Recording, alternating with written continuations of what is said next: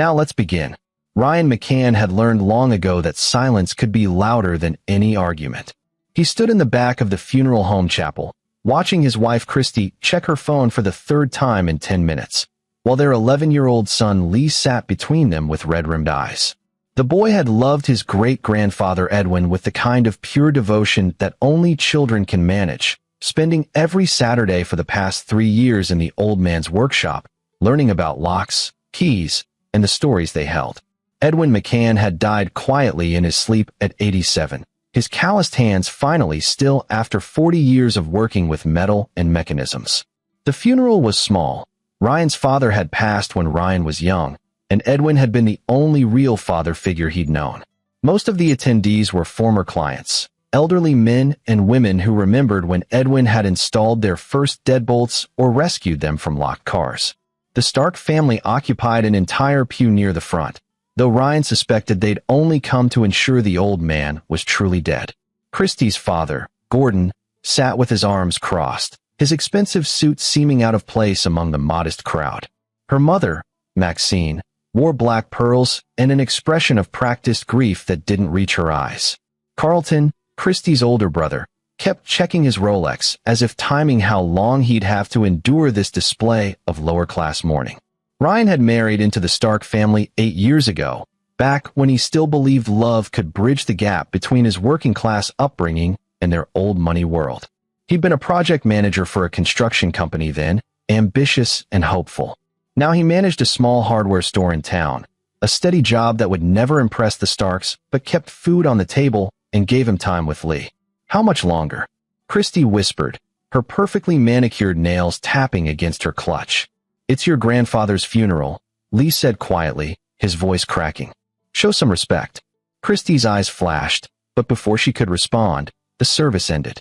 People filed past Edwin's closed casket, and Ryan placed his hand on the polished wood, remembering Saturday mornings in the cluttered workshop, the smell of machine oil and metal shavings, Edwin's patient voice explaining how every lock was a puzzle, every key a solution. He taught me everything worth knowing, Ryan murmured. Lee pressed close to his side. He said the same thing about you, Dad. The will reading was scheduled for the following afternoon at the Stark Mansion, a sprawling estate in the historic district that had been in the family for 4 generations. Vernon Reed, the family attorney, had insisted on reading Edwin's will there rather than his office, an unusual request that should have been Ryan's first warning. The mansion's library smelled of leather and old money. Gordon Stark sat in his usual wing chair like a king on a throne, while Maxine perched beside him, her smile thin and anticipating. Carlton sprawled on the leather sofa, his wife Melody beside him, both looking bored. Christy had positioned herself near her parents, leaving Ryan and Lee to stand awkwardly by the door like servants awaiting instruction. Vernon Reed was a compact man in his 60s with silver hair and the careful neutrality of someone who'd spent decades managing wealthy people's secrets. He opened his briefcase with precise movements and pulled out a single envelope. Edwin McCann's estate is quite straightforward, Vernon began. He owned his workshop and the small apartment above it, both mortgage-free. He had a savings account with approximately $47,000, and his truck, a 1998 Ford F-150. That's it. Carlton laughed. 40 years of working with his hands, and that's all he scraped together? Ryan's jaw tightened, but he remained silent. The workshop and apartment are to be sold, Vernon continued, with proceeds divided between Ryan McCann and the West Side Community Center, where Mr. McCann volunteered teaching lock repair to at-risk youth. The savings account goes to Ryan. The truck goes to Ryan. How generous, Maxine said dryly. I'm sure Ryan can finally upgrade from that embarrassment he drives. And for his great-grandson, Lee McCann, Vernon's voice carried a strange note Ryan couldn't identify. Edwin leaves his most precious possession. Lee straightened, hope flickering across his face. Edwin had promised him something special, had told him repeatedly that he was leaving him the key to everything. Vernon reached into his briefcase and pulled out a small wooden box. Inside, nestled in faded velvet, was a single tarnished key. It was old, the kind that might open a steamer trunk or an antique door, with ornate teeth and a bow worn smooth from handling. Numbers were scratched into the metal, 1847. The room erupted in laughter. A rusty key? Carlton howled, slapping his knee. That's his inheritance? The old coot left the kid a piece of garbage. Melody pressed her hand to her mouth, her shoulders shaking. Oh my God, I can't, this is too much. This is what happens, Gordon said, his voice heavy with satisfaction. When you come from nothing, you leave nothing. Lee's face had gone pale, his hands trembling as he reached for the box. Tears spilled down his cheeks, not from disappointment, but from humiliation, as the laughter continued to roll over them in waves. Christy looked away, her cheeks flushed, and Ryan knew she was embarrassed, not for Lee, but of him, of the McCann family's modest legacy, of being associated with people who thought a rusty key might mean something. Ryan took the box from Lee's shaking hands and examined the key. The number wasn't random. Edwin never did anything without purpose. 40 years as a locksmith meant this key had a story, a destination, a meaning. But more than that, the old man had called it his most precious possession. We're leaving, Ryan said quietly. Oh, don't be dramatic, Maxine said, still smiling. It's just a bit of fun. Surely you can't have expected. We're leaving. Ryan's voice was steel. He placed his hand on Lee's shoulder and guided him toward the door. Ryan. Christy's voice was sharp. Don't make a scene. He turned to look at his wife, really look at her, and saw a stranger. When had she become one of them? When had she started measuring worth in dollars instead of character? Your family just humiliated our son over his great-grandfather's final gift, Ryan said. And you're worried about a scene? Vernon Reed cleared his throat, standing abruptly. I'll walk you out. They moved through the mansion's ornate hallways in silence.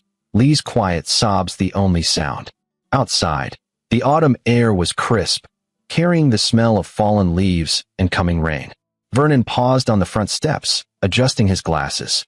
Mr. McCann, he said quietly, Edwin came to my office 6 months ago. He was very specific about how his will should be read and where. He also gave me this. Vernon handed Ryan a sealed envelope with his name written in Edwin's shaky handwriting. He said to give it to you after, and only if the Starks reacted exactly as he predicted they would. Ryan stared at the envelope. He knew they'd laugh. He counted on it. Vernon's expression was carefully neutral, but something gleamed in his eyes. Edwin McCann was many things, Mr. McCann, but a fool was never one of them. Keys were his business. He knew that what matters isn't the lock you can see, but the one you don't know exists. With that cryptic statement, Vernon returned to his car, leaving Ryan and Lee standing in the circular driveway. Inside Ryan's truck, that embarrassment Maxine had mocked, Lee finally broke down completely, his face buried in his hands. Ryan pulled him close, letting the boy cry against his shoulder, feeling his own rage building like a storm. The Starks had spent years making him feel small, inadequate, less than. He'd endured it for Christy, for the marriage he'd believed in. But watching them mock his son, mock Edwin's memory, had broken something fundamental. Dad, Lee whispered, why did great-grandpa leave me just a key? Ryan opened the envelope with steady hands. Inside was a single sheet of paper in Edwin's precise handwriting. Ryan, if you're reading this, they showed their true faces. Good. You needed to see what I've known for years. The Starks think locks and keys are simple. You turn one, the other opens. They're wrong. I've spent 40 years learning that the real art isn't in opening locks. It's in knowing which doors should stay closed and which secrets are worth keeping. The number on the key is an address. 1847, Riverside Drive. Go there with Lee. Everything I've built, everything I've learned, everything I've kept safe, it's waiting. But Ryan, before you open that door, understand this. Some keys don't just open locks. They open cages.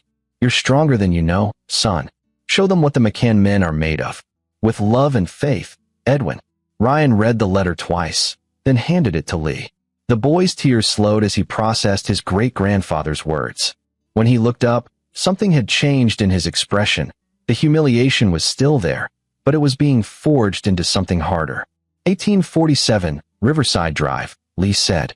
That's across town, in the warehouse district. Tomorrow, Ryan promised. We'll go tomorrow. That night, Christy came home late, smelling of wine and her mother's perfume. Ryan was in Lee's room, and they were researching 1847, Riverside Drive on his laptop.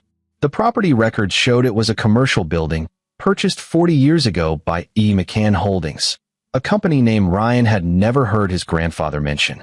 "You're being ridiculous," Christy said from the doorway. "It's just an old key. My family didn't mean anything by it." Ryan closed the laptop carefully. "Your family humiliated our son.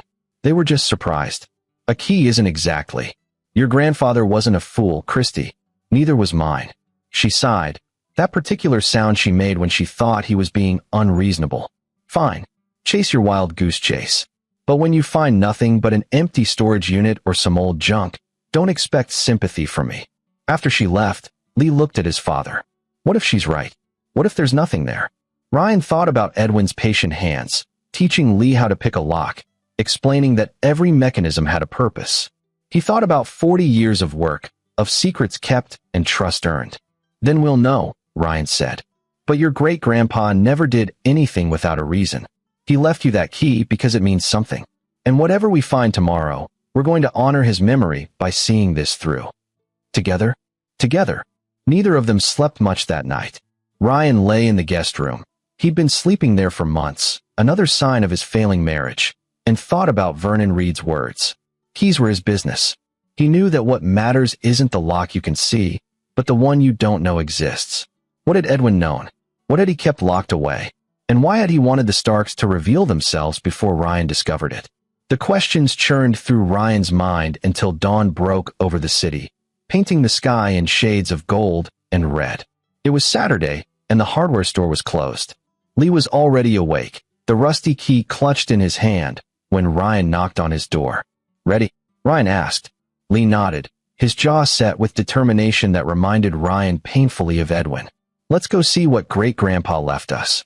They drove through town in the early morning quiet, past the Stark mansion with its manicured lawns and iron gates, through the historic district with its old money and older secrets, and finally into the warehouse district where Riverside Drive ran along the water. Number 1847 was a three-story brick building, weathered but solid, with narrow windows and a heavy steel door. The architecture was from the 1940s, industrial, and built to last. A faded sign above the entrance read, "Riverside Storage and Security." Ryan parked in the empty lot. His hands were steady, but his heart hammered as Lee approached the door. There was a modern deadbolt, and below it, an antique keyhole that perfectly matched the rusty key's profile. "You should do it," Ryan said. "He left it to you." Lee inserted the key with hands that only trembled slightly. It slid home with the solid click of precision engineering, and when he turned it, the lock opened with a satisfying thunk that spoke of quality mechanics and careful maintenance. The door swung inward on silent hinges. Vernon Reed was standing in the lobby, his briefcase at his feet, his mouth open in shock. He'd clearly arrived just before them, and whatever he'd seen inside had stunned him speechless. "Mr. McCann," Vernon breathed. "I had no idea. Edwin never told me. He just said I should be here when you opened the door, but I never imagined." Ryan stepped past him and stopped. The lobby was modest, just an entry with a desk and a hallway leading deeper. But the walls were covered with photographs. Hundreds of them, carefully labeled and dated. And Ryan recognized the subjects. Gordon Stark shaking hands with a man whose face was familiar from fraud investigations. Carlton Stark accepting a briefcase outside a building that had been raided 3 years ago for antiquities smuggling. Maxine Stark at a gallery opening, standing beside paintings Ryan now recognized from a museum theft unsolved for a decade. But it wasn't just photographs. Filing cabinets lined one wall, each drawer labeled with dates. A large corkboard displayed a timeline spanning 40 years, tracking the Stark family's activities with the precision of a professional investigation. Lee moved to the desk where a letter lay, addressed to him in Edwin's handwriting. With shaking hands, he opened it and began to read aloud. "Dear Lee, if you're reading this, you've survived their mockery and found your way here with your father. Good boy. I knew you would. What you see around you is 40 years of work. The Starks hired me when I was young to install security systems in their mansion, their galleries, their storage facilities. They thought I was just a simple locksmith, too stupid to understand what I was seeing. They were wrong. I've documented everything. Every illegal auction, every forged provenance, every stolen artifact they've moved through their network. The Stark family built their fortune on theft and fraud, hiding behind their reputation and old name. I couldn't go to the police. The Starks own half the department, and their lawyers would bury any accusation. But I could keep records. I could wait. I could ensure that someday, someone I trusted would have the proof to bring them down. Lee, your father is a good man. He's stronger than the Starks have ever let him believe. Show him these files. Help him understand what he's been living with. And together, decide what justice looks like. The key you hold opens more than this door. There are 6 storage units in this building, each containing original evidence. There's a safe deposit box at First National with financial records. There's a digital archive on the computer in the office. Everything you need to destroy the Starks is here. The question is, what will you do with it? I love you, boy. Make me proud. Great-Grandpa Edwin. The silence that followed was profound. Vernon Reed had moved to examine the photographs, his face growing paler with each image. Ryan stood frozen, his mind reeling. This is impossible, Vernon whispered. The Stark family, they're pillars of the community. They donate to museums, they serve on boards. They're criminals, Ryan said flatly. And my grandfather spent 40 years proving it. Lee looked up at his father, the rusty key still in his hand. What do we do, Dad? Ryan moved through the lobby, opening doors, finding an office with a computer humming quietly, a conference room with more files, storage rooms stacked with carefully labeled boxes. It was overwhelming, a lifetime of meticulous documentation, all waiting to be deployed. But against whom? His wife's family, his son's grandparents. The people who'd mocked them yesterday were the same people who'd built their empire on lies and theft. Mr. McCann, Vernon said carefully, if even half of this is legitimate evidence, the implications are significant. But you need to understand, the Starks have resources, connections, lawyers who've never lost a case.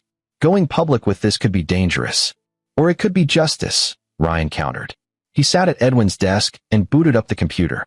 The password was Lee's birthday. Inside were folders organized by year, by crime, by family member. Edwin had been thorough to the point of obsession. One folder caught Ryan's eye, Operation Mockingbird. Inside was a detailed plan, written in Edwin's hand, outlining a strategy for exposing the Starks.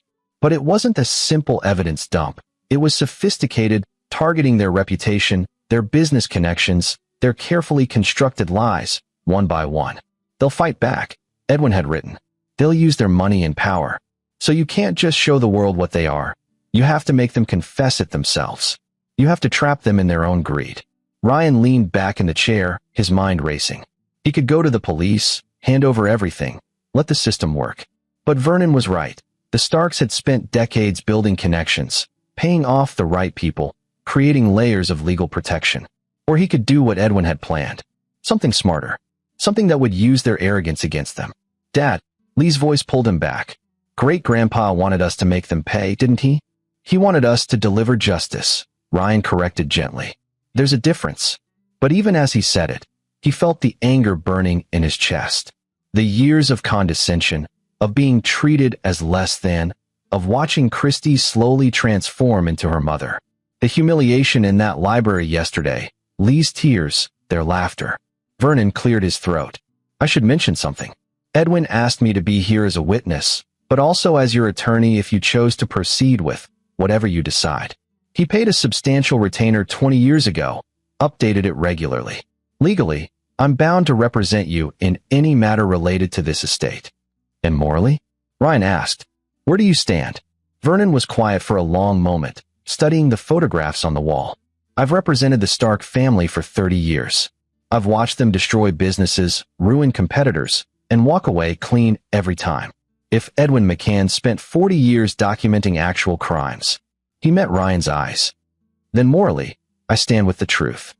Ryan stood and walked to the window overlooking the river. The morning sun was higher now, burning off the mist. Somewhere across town, the Starks were probably having brunch, laughing about yesterday's entertainment, never imagining that a rusty key had just unlocked their downfall. Lee, Ryan said, go through the timeline. Vernon, examine the files for legal validity. I need to understand exactly what we have before we decide how to use it. They worked through the morning, each new discovery more damning than the last. The Starks weren't just smuggling stolen art. They were running an international network, using their legitimate galleries as fronts. Gordon had connections to forgers in 3 countries. Carlton had been selling fake provenances to museums for 20 years. Even Maxine was involved, her charitable foundation laundering money from illegal sales. And Christy? Ryan found a folder with her name around noon, his hands shaking as he opened it. She was listed as unknowing participant, used as a cover for Carlton's meetings, her innocent presence lending legitimacy to illegal deals. Edwin had been careful to document that she had no knowledge of the crimes. Protection for Lee, Ryan realized. One last kindness from a man who'd thought of everything. It's all here, Vernon said finally, his voice awed.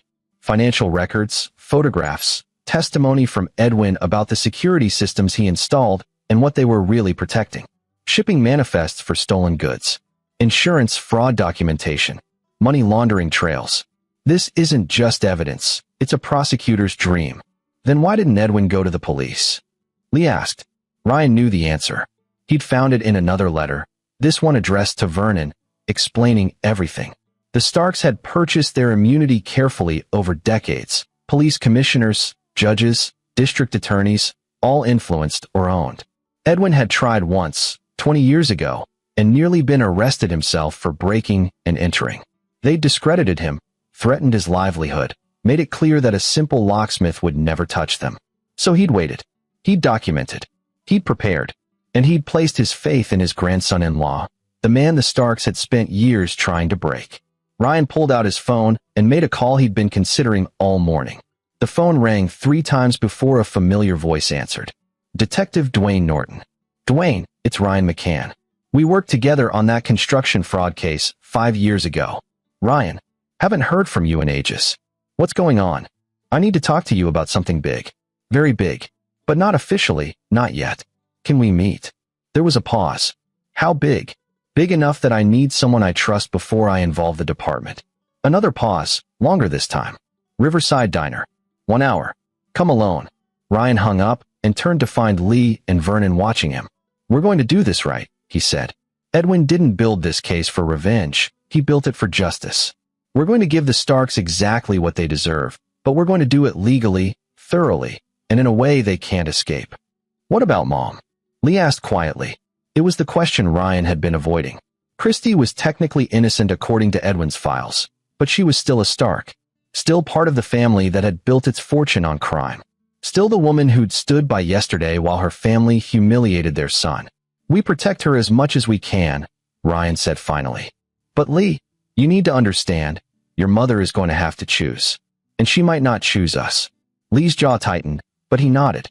At 11 years old, he was learning hard lessons about family, loyalty, and the cost of truth.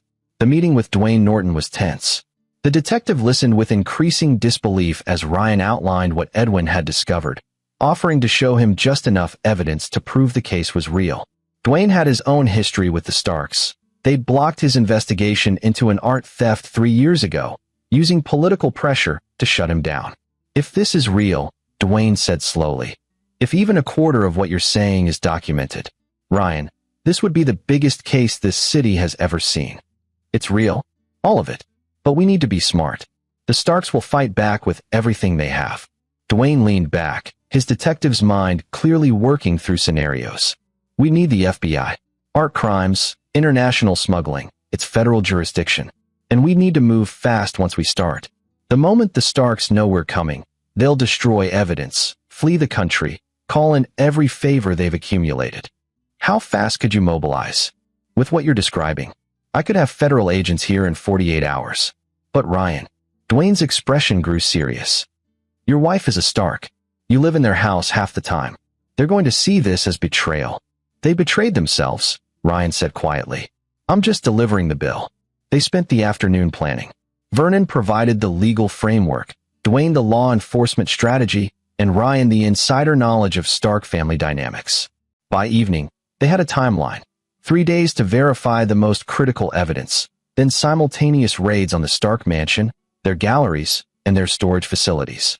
But Ryan had one more element to add to the plan, something Edwin had outlined in Operation Mockingbird, that would ensure the Starks couldn't claim innocence or buy their way out. He would make them confess. When Ryan returned home that night, Christy was in the living room with her parents and Carlton. The intervention was predictable. We need to talk about yesterday, Gordon began, his voice carrying that tone of authority he used when dealing with subordinates. You embarrassed Christy by leaving so abruptly. Lee was crying, Ryan said flatly. Children are resilient. Maxine waved a dismissive hand. He'll forget about it. But the way you stormed out. What did you find? Carlton interrupted, his eyes sharp. At that address. The key must have opened something. Ryan had prepared for this question. An old storage unit. Some of Edwin's tools, personal effects. Nothing valuable. I told you. Christy said, relief in her voice. Just sentiment. But Carlton wasn't satisfied. What address exactly? Why does it matter? Humor me. Ryan recognized the danger sign. Carlton's casual tone hiding genuine interest. Whatever had made Edwin watch the Starks for 40 years, it had made them wary in return. They'd thought him harmless, but some part of them had never been entirely sure. Riverside Drive, Ryan said. A storage facility. Like I said, just tools and old locks. Carlton exchanged a glance with his father. That building. Edwin owned it. Apparently. It's part of the estate. We should buy it from you, Gordon said suddenly. The property value in that area is increasing. We'll give you a fair price. Ryan felt his pulse quicken. They wanted it. Whatever Edwin had documented, the Starks had some awareness that he might have kept records. They'd probably felt safe with him alive. He was too old, too weak to pose a threat. But now that he was dead, and his grandson-in-law had access to his properties, I haven't decided what to do with it yet, Ryan said carefully. Name your price, Carlton pressed. Seriously, we'll write a check today. Why? Ryan asked. It's just an old warehouse. Investment diversification, Gordon said smoothly. The Stark portfolio includes several properties in that district. Consolidation makes sense. They were lying, and they knew he knew it. But what they didn't know was what he'd found, what he had planned, or how close their world was to collapsing. I'll think about it, Ryan said. After they left, Christy turned on him. Why would you refuse? They're offering to buy a worthless building. Take the money, Ryan. God knows we could use it. It was your great-grandfather-in-law's property. Lee should have a say. He's 11. He's old enough to deserve respect. Something your family seems incapable of giving. The fight escalated from there, ending with Christy sleeping in their bedroom and Ryan back in the guest room. But he didn't mind. He lay awake, making plans, refining strategies, thinking through every angle. Tomorrow, he'd introduce one more element to the trap. And the Starks, in their arrogance and greed, would walk right into it. The next morning, Ryan called Carlton directly. I've been thinking about your offer. For the Riverside property. Excellent. Carlton sounded eager. Should we meet? Discuss terms. Actually, I had another idea. I'm going through Edwin's things, cataloging items from his workshop. Some of the pieces are genuine antiques, Victorian locks, old safes, that sort of thing. Your family deals in antiques. Maybe you could evaluate them. Tell me what's worth selling. There was a pause. Carlton was smart enough to be suspicious, but not smart enough to resist. What kind of pieces? Locks from historic buildings, some European imports. Edwin kept detailed records of their provenance. Apparently, he acquired them from estate sales over the years. The magic word, provenance. For the Stark family business, provenance was everything. The documentation proving an item's history and legitimacy. Real provenance was hard to forge, which was why they employed experts and why Edwin's mention of detailed records would be irresistible. I could take a look, Carlton said carefully. When? This afternoon? At the Riverside building. Most of the items are still stored there. Ryan could almost hear Carlton's mind working. A chance to see inside the building, to assess what Edwin might have kept, all under the guise of helping his brother-in-law with antiques. 3 o'clock, Carlton agreed. Ryan spent the morning preparing. With Vernon's help, they wired the conference room for audio and video. Dwayne Norton provided the equipment. Technically illegal without a warrant, but Ryan wasn't recording for evidence. He was recording for leverage. Lee helped arrange the antiques, actual Victorian locks from Edwin's collection, mixed with files carefully disguised as inventory records. To a casual observer, it looked like an old locksmith's hoard. To someone looking closer, there were hints of something more. Carlton arrived exactly on time, accompanied by a woman Ryan didn't recognize. Cara Wise, apparently an art appraiser the Starks used regularly. They walked through the lobby, Carlton's eyes cataloging everything, looking for threats. Interesting space, Carlton said. Edwin certainly kept it maintained. He was meticulous about his properties. They entered the conference room where the antiques were displayed. Kara immediately began examining the locks, her expert eye assessing value. Carlton, meanwhile, wandered to the windows, to the file cabinets, casually trying drawer handles. These are locked, he noted. Private files. Edwin's old business records. Still seems excessive. What could a locksmith need to keep locked away? Ryan shrugged. He was careful about client confidentiality. Installed security systems for wealthy families, you know. Probably didn't want their details public. Something shifted in Carlton's expression. Did he keep records? Of the installations? Detailed ones. Schematics, key codes, the works. All secured, of course. Of course. Carlton moved closer to the cabinets. You know, client information like that could be valuable. Security consultants would pay for historical data on older systems. I could introduce you to some people, help you monetize these records. And there it was, Carlton probing to see what Ryan knew, what he had, whether Edwin's files posed a threat. That's thoughtful, Ryan said. But I'm thinking of keeping everything sealed. Out of respect for Edwin's client's privacy. Carlton's smile was thin. Privacy is admirable, but sometimes old information is worthless. Better to profit from it while you can, before it becomes completely irrelevant. Or, Kara interjected, oblivious to the undercurrent. Some of these locks are museum quality. The 1847 Rothschild safe lock alone could sell for $30,000 at auction.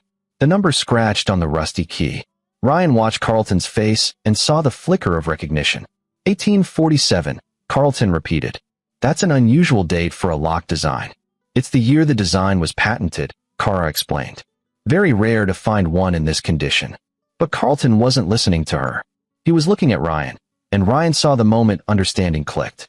The key's number wasn't an address. It was a code, a message, a reference. 1847 Rothschild. A lock made for securing valuables, for keeping secrets.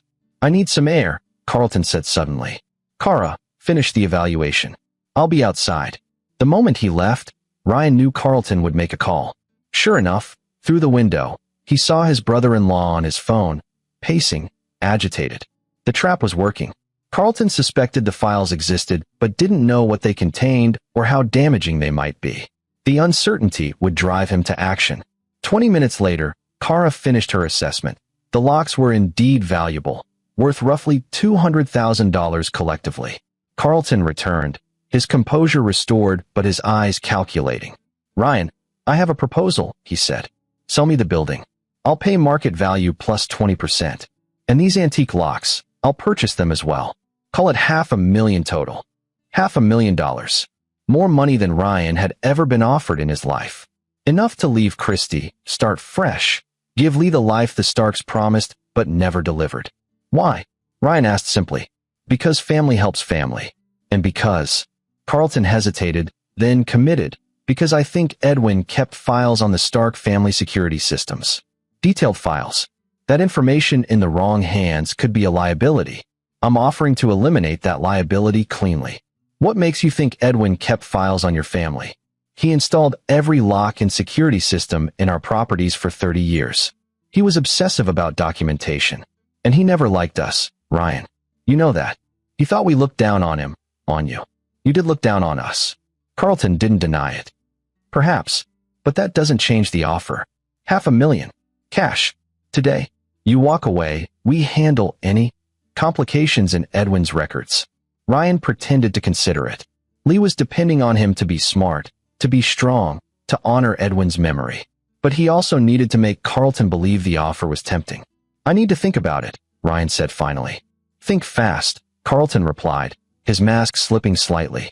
Because if Edwin's files contain information about our security systems, and if that information found its way to, say, competitors or thieves, well, that would make you liable for not securing the data properly. Civil litigation could cost you everything. There it was, the veiled threat. Carlton was acknowledging the file's existence without directly admitting what they contained. He was trying to scare Ryan into selling while simultaneously trying to buy his silence. 24 hours, Ryan said. I'll give you an answer tomorrow. After they left, Ryan sagged against the conference table. Vernon emerged from the office where he'd been watching on monitors. He suspects, Vernon said. He knows something exists. But he doesn't know what, or how complete it is. That's what we need. Them scared enough to make mistakes, but not scared enough to run. That evening, Ryan told Christy about Carlton's offer. Her eyes widened at the amount. $500,000? Ryan, that's life-changing money. We could pay off the mortgage, finally take that vacation, send Lee to private school. Your brother wants to buy the building because he's afraid of what Edwin documented. Christy's enthusiasm faltered. What do you mean? Edwin kept records, detailed records, of everything he saw while working for your family. Working for? Ryan, what are you talking about? He studied his wife's face, searching for any sign that she knew. But there was only confusion, genuine and complete. Edwin had been right. Christy was innocent of her family's crimes, used as an unwitting prop. Your family isn't what you think they are, Ryan said gently. Edwin discovered things. Bad things. And he documented them. That's ridiculous. My family, they're respected, successful. They're criminals, Christy. And in 48 hours, the FBI is going to prove it. Her face went white. You can't be serious. Ryan pulled out his phone and showed her photographs. Just a few. Enough to make the point. Gordon accepting a briefcase from a known forger. Carlton at an auction house raided for trafficking stolen antiquities. Maxine signing documents for artwork later discovered to be fakes. Christy stared at the images, her world visibly crumbling. No, there has to be an explanation. My father wouldn't. Your father built his fortune on fraud and theft. Your whole family did. And Edwin McCann spent 40 years proving it. She looked up at him, tears streaming down her face. Why are you telling me this? Because you have to choose. In 2 days, your family is going to be arrested. You can distance yourself now, or you can go down with them. They're my family. I'm your family. Lee is your family. We're the ones who've been loyal to you, who've stood by you, who've loved you even when you turned into someone we barely recognize. Christy stood abruptly, her hands shaking. I need to warn them. I need to tell my father. If you do that, you become an accessory. Obstruction of justice. You'd be choosing to help criminals cover up their crimes. They're my parents. And I'm your husband. Lee is your son. Where does your loyalty lie? It was the moment of truth, and Ryan watched his wife struggle with it. Years of privilege, of being a Stark with everything that entailed, warred against the evidence before her eyes, the reality of her family's corruption. I can't, she whispered finally. I can't choose between you and them. Then you've already chosen, Ryan said sadly. Because silence protects them, not us. She left that night, packing a bag and going to her parents' mansion. Lee watched from his bedroom window, his face pressed to the glass, and Ryan stood behind him, one hand on his son's shoulder. Is Mom coming back? Lee asked. I don't know, buddy. I honestly don't know. The next day, Dwayne Norton called. We're ready. FBI is in position. We move tomorrow at dawn, synchronized raids on all Stark properties. But Ryan, there's something you should know. Carlton Stark just applied for emergency passports for the entire family. They're planning to run. When? Unclear. But they've booked a private charter leaving for Switzerland in 72 hours. We need to move now, before they can flee. Ryan made a decision. Accelerate the timeline. Tonight. Dwayne sounded skeptical. That's fast, even for us. Carlton knows I'm sitting on something. He's offered to buy it, threatened me, and now he's planning to run. If we wait, they'll disappear, and all of Edwin's work will be for nothing. There was a pause, then, I'll make it happen. But you and Lee need to be somewhere safe when this goes down. The Starks will know it was you. Ryan had already thought of that. He'd moved Lee to a hotel that morning, registered under Vernon Reed's name. Now he made one final call, to Carlton. I've made my decision about the building, Ryan said. Carlton's relief was audible. And I want to meet. Tonight. At the Stark mansion. I want the cash in hand, and I want the whole family there. If I'm selling out Edwin's legacy, I want everyone to know exactly what I'm doing. It was a calculated risk. Carlton would be suspicious of the drama, but his greed would override caution. The chance to secure the building and eliminate any evidence before fleeing the country would be too tempting. 9 o'clock, Carlton agreed. We'll have everything ready. Ryan hung up and looked at Vernon, who'd been listening. They'll have the money. They'll have something, Vernon said. But Ryan, walking into that house tonight, is the only way to keep them there until the FBI arrives. Dwayne said raids start at midnight. I just need to keep the Starks occupied for 3 hours. And if they get violent, If they realize it's a trap? Ryan thought of Lee's tears, of Edwin's 40 years of patient documentation, of every humiliation he'd endured from these people who thought their money made them untouchable. Then they'll learn what happens when you underestimate a McCann, he said quietly. At 8:45 p.m., Ryan pulled up to the Stark mansion. Every window blazed with light. The family was gathering, ready to celebrate their victory over the locksmith's grandson who'd finally been bought. Vernon had wanted to come, but Ryan had refused. This confrontation needed to be personal. Besides, someone had to be with Lee to explain what happened if things went wrong. Carlton met him at the door, unusually jovial. "Ryan, come in, come in. We have champagne ready to celebrate our deal." The family was assembled in the library, the same room where they'd mocked Lee 4 days ago. Gordon sat in his wing chair, Maxine beside him, both wearing expressions of satisfaction. Melody was there too, and several family associates Ryan recognized from various Stark events. But no Christie. His wife had made her choice, it seemed, but couldn't bear to watch this final betrayal. "Before we begin," Gordon said, "the money." He gestured to a briefcase on the desk. $500,000 in cash, as promised. "Count it if you like." Ryan opened the briefcase, his hands steady. The money was real. They'd need it for their escape, probably, and figured buying Ryan's silence was cheaper than the risk he posed. "Satisfactory?" Carlton asked. "It's a lot of money," Ryan acknowledged. "Life-changing money." "Indeed. All we need are the keys to the Riverside property and your signature on a few documents transferring ownership. Vernon Reed prepared them, I believe." Ryan pulled the documents from his jacket. Vernon had prepared them, but not the ones Carlton expected. These were copies of Edwin's evidence index, carefully selected to show the Stark family exactly what existed. He laid them on the desk, watching Carlton's face as he started reading. The color drained from his brother-in-law's features. "What is this?" Carlton's voice was strangled. "Edwin McCann's insurance policy," Ryan said calmly. 40 years of documentation proving your family built its fortune on fraud, theft, and smuggling. Gordon stood abruptly. "This is absurd. Edwin was a locksmith, nothing more." "He was a locksmith you trusted with your security systems," Ryan interrupted. "Every lock, every safe, every hidden storage facility. He saw everything, documented everything, and kept it all secure until someone he trusted could use it." "You're bluffing," Maxine said, but her voice wavered. Ryan pulled out his phone and started projecting photographs onto the library wall using the room's smart TV system. He paired his device earlier during a family dinner weeks ago. The images appeared in crisp detail: financial transactions, shipping manifests, photographs of illegal deals. "Stop this." Carlton lunged for the TV, but Ryan had already switched to the next set of images. "The FBI has copies of everything," Ryan continued. "They're reviewing the evidence right now. In fact," he checked his watch, "they should be arriving in about 15 minutes to arrest you all." The room erupted. Melody screamed. Maxine grabbed her phone. Gordon's face turned purple with rage. "You can't prove any of this," Gordon roared. "We have lawyers, connections. Edwin's files include testimony from his 40 years of working with you. Sworn affidavits he prepared before he died. Physical evidence from security systems he maintained. Financial records he copied when you weren't looking. He was a locksmith, Gordon. He knew how to get into places without being noticed." Carlton moved toward Ryan, his fists clenched, but froze when Ryan pulled out his phone again. "Everything happening right now is being recorded and live-streamed to Detective Dwayne Norton. If anything happens to me, it becomes evidence of intimidation and assault." "You son of a bitch," Carlton hissed. "We welcomed you into this family.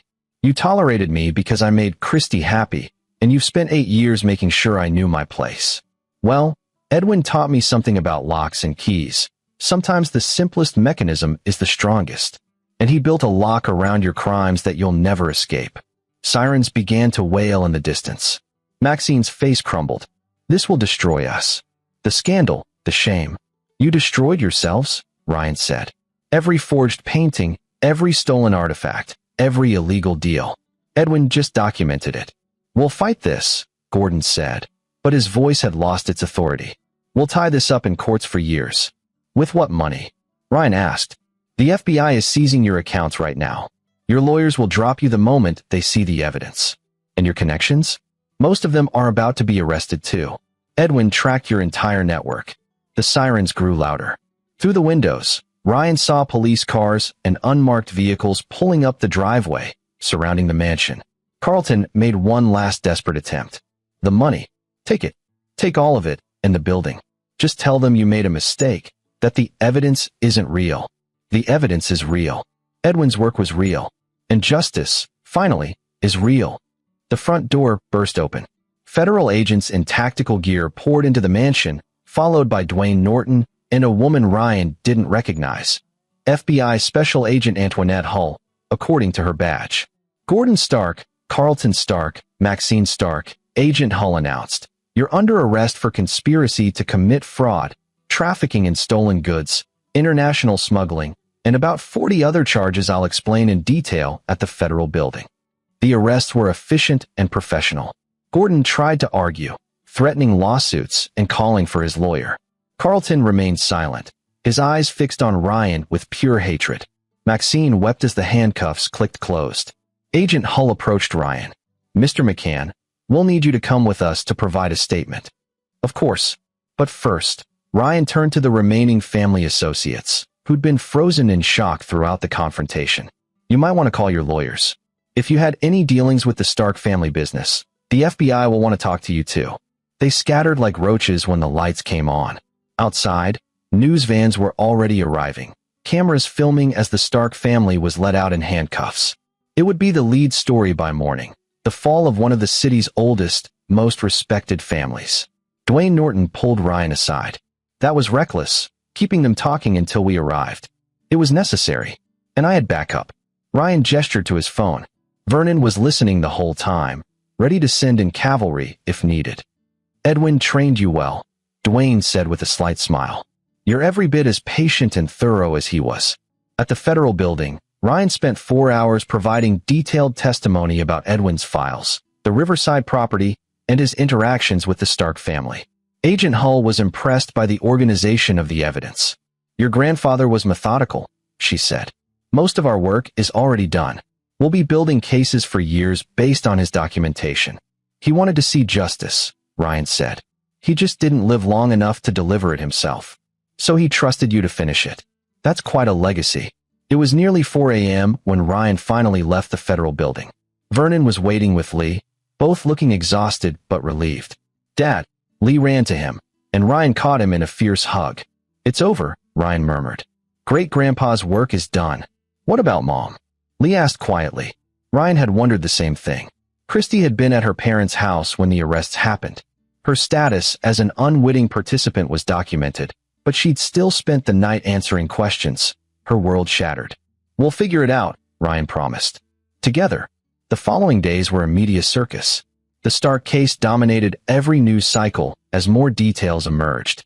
Art museums, auction houses, and private collectors came forward with evidence of forged provenances and stolen goods. The scope of the Stark family's criminal enterprise stunned even seasoned investigators. Gordon, Carlton, and Maxine were denied bail. Flight risk and the Swiss charter confirmed their intent to flee. Melody cooperated immediately, providing testimony in exchange for immunity. Other family members scrambled to distance themselves, some successfully proving they'd been kept in the dark. Christy finally came home on the third day after the arrests. She looked hollow, aged by the revelations about her family. I didn't know, she said, standing in the doorway of their house like a stranger. I swear, Ryan, I didn't know any of it. I believe you. Edwin documented that you were innocent. But I chose them over you. When you told me the truth, I ran to warn them. You couldn't, Ryan corrected. You thought about it, but you didn't. That choice matters. She sank onto the sofa, crying in a way Ryan had never seen. Deep, wrenching sobs that came from losing everything she believed about her family, her identity, her world. They're going to prison, aren't they? She asked finally. Yes, for a long time. Good. The word came out fierce and broken. I'm sorry, but good. What they did, the people they hurt. My God, Ryan, they stole from museums, from Holocaust survivors' families. My mother was selling art stolen from Jewish families during the war. How do I live with that? You're not responsible for their crimes. But I benefited from them. Every privilege, every opportunity, it was all built on suffering. Ryan sat beside her. Then use those opportunities differently. The Stark name is ruined, but you can rebuild as Christy McCann. You can show Lee that mistakes don't define you. How you respond to them does. She looked at him through tears. After everything, why are you being kind to me? Because Lee needs his mother. And because somewhere in the woman who married me 8 years ago is the person I fell in love with. Maybe this is her chance to come back. It wasn't a reconciliation, not yet. But it was a beginning. The trial took place 8 months later. Federal prosecutors presented Edwin's evidence methodically, piece by piece, building an unassailable case. Defense lawyers tried every tactic, but the documentation was too thorough, too comprehensive. Ryan attended every day, Lee beside him, both honoring Edwin's memory by seeing his work through to its conclusion. Vernon Reed testified as executor of Edwin's estate, explaining how the old locksmith had spent decades building his case with the precision he'd brought to every lock he'd ever made. The verdicts came down on a Friday afternoon, guilty on all counts. Gordon Stark received 25 years. Carlton got 18. Maxine, 15. By the time they were eligible for parole, they'd be elderly, broken, and forgotten. The civil suits came next, museums seeking restitution, families wanting their stolen heritage returned, collectors demanding compensation for forgeries. The Stark empire was dismantled piece by piece, assets seized and liquidated to pay victims. The Riverside Drive property, however, remained untouched. It belonged to Edwin's estate, and therefore to Lee. Ryan had plans for it. 9 months after the arrests, on what would have been Edwin's 88th birthday, Ryan and Lee stood in the renovated building's lobby. Where photographs of Stark crimes had once hung, there were now pictures of Edwin at work, teaching Lee about locks, helping community members with security issues, volunteering at the youth center. Above the entrance, a new sign read, Edwin McCann Center for Youth Development. The building now housed after-school programs, job training, mentorship initiatives, all funded by the sale of Edwin's antique lock collection and managed by a foundation in his name. It was everything the old man had believed in. Honest work, second chances, and the idea that everyone deserved security and opportunity. Lee cut the ribbon, his hands steady on the scissors Edwin had used in his workshop for 40 years. Ryan stood beside him, Vernon on the other side, and Dwayne Norton representing the department that had finally brought the Starks to justice. Christy was there too, standing apart from the crowd, but present nonetheless. She'd spent the past months in therapy, working through her family's betrayal and her own complicity through silence. She and Ryan were separated but civil, co-parenting Lee with a care that surprised them both. Whether they'd find their way back to each other remained uncertain, but they'd agreed that Lee's well-being came first. Your great-grandfather would be proud, Ryan told Lee as the crowd applauded. He already knew, Lee said, touching the rusty key that hung on a chain around his neck, the key that had unlocked everything. That's why he left it to me. He knew we'd do the right thing. That evening, after the ceremony, Ryan sat in Edwin's old workshop, which he'd kept exactly as it was. The tools were arranged with meticulous care, each in its place. On the workbench was a letter Ryan had found only recently, tucked inside Edwin's personal journal. Dear Ryan, if you're reading this, you've opened the final lock. The Starks are finished, justice is served, and my life's work is complete. I wish I could have seen it, but I'm old and tired, and some battles belong to the next generation. I want you to understand something about locks and keys. Most people think a lock's purpose is to keep people out. But that's only half the story. The real purpose of a lock is to protect what matters, to ensure that the right person, with the right key, at the right time, can access what needs protecting. I gave Lee that rusty key because I knew you'd both have the courage to use it. I documented the Starks' crimes because someone needed to protect their victims. I built this case because justice matters more than comfort, truth matters more than reputation, and doing right matters more than being accepted. You've spent years being made to feel small by people who mistook wealth for worth. I watched it happen, and it broke my heart. But I also watched you raise Lee with integrity, work with honor, and never lose your decency, even when surrounded by corruption. That's why you were the right key, Ryan. Not because you were the strongest or the richest or the most connected, but because you understood that some doors need to be opened, no matter the cost. I'm proud to have known you. I'm proud to call you my grandson. and I'm proud that my final work will be carried out by someone who values justice as much as I do. Teach Lee about locks, about keys, about the patience required to solve complex problems. Teach him that being a McCann means more than bloodlines. It means standing for something, even when standing alone. And Ryan, don't let bitterness consume you. The Starks will get what they deserve, but you deserve happiness. Find it, build it, lock it away safely so no one can steal it from you again. With all my love and respect, Edwin. Ryan folded the letter carefully and placed it back in the journal. Outside, the city lights twinkled in the gathering darkness. Somewhere across town, the Stark family sat in federal prison cells, their empire dust. Somewhere closer, Lee was probably researching locks on his computer, continuing the legacy Edwin had started. And here in this workshop, surrounded by the tools of an honest trade and the memory of a good man, Ryan McCann felt something he hadn't experienced in years: peace. The rusty key had unlocked more than a building or evidence against criminals.